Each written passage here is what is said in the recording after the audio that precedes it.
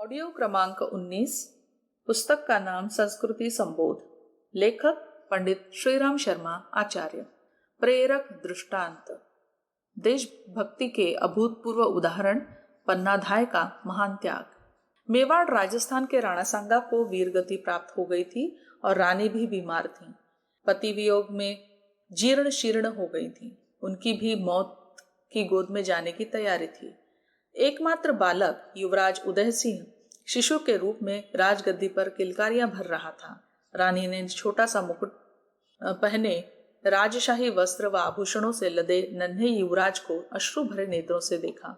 उन्होंने अपनी स्वामी भक्तिनी धाय पन्ना को अपने पास बुलाकर कहा, बेटी, यह मेवाड़ का उगता सूर्य उदय सिंह अब तेरा ही बेटा है। इस भावी मेवाड़ के राजा की तुम्हें रक्षा करनी है। ऐसा कहकर उसने सदा के लिए नेत्र बंद कर लिए। उस वक्त मेवाड़ का राजकाज सामंत व मंत्रीगण करते थे। राज सिंहासन के मोह से पागल एक बनवीर नाम का सामंत मन ही मन में कुटिलता का सांप पालता जा रहा था। वह बालक उदय सिंह को मारकर निष्कंटक राज्य करना चाहता था। पन्ना को उसकी कपट भरी चाल का पता चल गया। वह अब उसको रानी को दिए वचनों का पालन करना था। वह बड़े धर्म संकट में थी। सोचा, क्या करूं? आज रात्रि को वह आएगा और बाल राजा उदय सिंह का सिर धड़ से अलग कर देगा। सुदृढ़ मनः स्थिति। लंबे अंतर्द्वंद के बाद उसने फैसला किया कि मुझे सब कुछ खोकर भी उदय सिंह को बचाना है, हिंदू धर्म की रक्षा करनी है। उसको भी भगवान ने एक सुंदर सा बेटा दिया था जो उदय सिंह की ही हम उम्र का था। छाती पर सिला रखकर उसने राजशाही वस्त्र अपने सुंदर बच्चे को पहनाकर राज सिंहासन पर सुला दिया और उदय सिंह को तहखाने में फूलों की टोकरी में छुपा दिया। रात्रि के 12 बजे बनबीर शराब में धुत होकर नंगी तलवार लेकर महल में आया और गुस्से में चूर होकर बोला, बोल, कहाँ है हिंदू धर्म का सूर्य? उसे अभी अस्त करता हूँ। मगर वाहरी वीरांगना पन्ना आंखों में आंसू रोककर, दिल की धड़कन को रोककर उसने अंगुली से अपने बेटे की ओर इशारा किया और उसका सिर धड़ से अलग ज्योति से ज्योति मिली। उदय सिंह को बचाने के लिए अपने पुत्र की बलि देने वाली पन्ना का नाम इतिहास के पृष्ठों पर स्वर्णाक्षरों में लिखा हुआ है।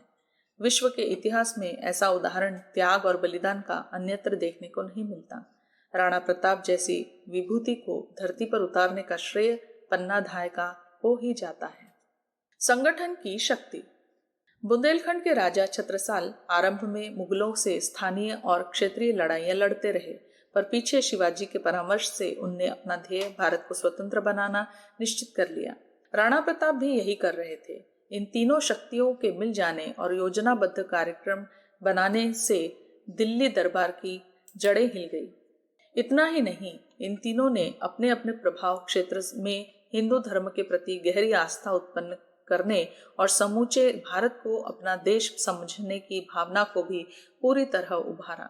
छत्रसाल की गिनती सीमित क्षेत्र में लड़ने मरने वाले सामंतों में नहीं की गई, वरन उन्हें देश के महान संरक्षकों की श्रेणी में गिना गया। न्याय निष्ठा। अंग्रेजी जमाने में बैजनाथ एक बड़े ही न्यायनिष्ठ जज हुए थे। उन्होंने किसी की भी सिफारिश या रिश्वत की ओर आंख उठाकर भी नहीं देखा। एक बार उनका सगा दामाद एक फौजदारी के कत्ल के केस में फंस गया। उनने सरकार से प्रार्थना की कि मामला उनके सगे संबंधी का है, इसलिए केस किसी दूसरी अदालत में भेज दिया जाए, पर वैसा न हो सका। कानून के अनुरूप उन्हें दामाद को फांसी की सजा सुनानी पड़ी। सभी इस पर आश्चर्यचकित रह गए। गवर्नर ने अपने विशेष अधिकार का प्रयोग करके अभियुक्त की सजा कम कर आजीवन कारावास में बदल दी। साथ ही सेशन जज को हाई कोर्ट का चीफ जज भी बना दिया। बालक का साहस। हॉलैंड की पुरानी घटना है। नदी की बाढ़ से रेल का पुल टूट गया। गाड़ी आने का समय हो गया। टूटने की जानकारी न होती तो रेलगाड़ी डूब जाती। एक छोटा लड़का वहां मौजूद था। आने वाली गाड़ी को रोकने के लिए उसने तुरंत उपाय सोच लिया। कुर्ता फाड़कर झंडी बनाई, भुजा काटकर खून निकाला और उसे लाल रंग लिया।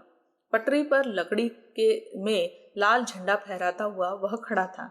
गाड़ी चली आती तो जान जोखिम का खतरा भी था, पर उसने उसकी परवाह न की। ड्राइवर ने लड़के को खड़ा देख लिया, गाड़ी रोकी, दुर्घटना रुकी। गाड़ी वापस लौटी उस बच्चे जॉर्ज स्टेनले को उस देश के निवासी और सुनने वाले कृतज्ञता पूर्वक स्मरण करते और मन ही मन धन्यवाद देते हैं। कवि माघ की दयालुता। धारा नगरी में आग लग गई। 2 सुकुमार बच्चे आग की चपेट में घिर गए। महाराज भोज चिल्लाए, जो इन बच्चों को बचाएगा उसे पुरस्कार दिया जाएगा। भीड़ में से कोई आगे नहीं बढ़ रहा था। तभी एक ओर से एक व्यक्ति आया और आग में घुस गया। दोनों बच्चों को निकाल तो लाया, पर स्वयं बुरी तरह जल गया। उपचार के बाद पहचान में आया कि वह तो महान उदार और दयालु कवि माघ थे।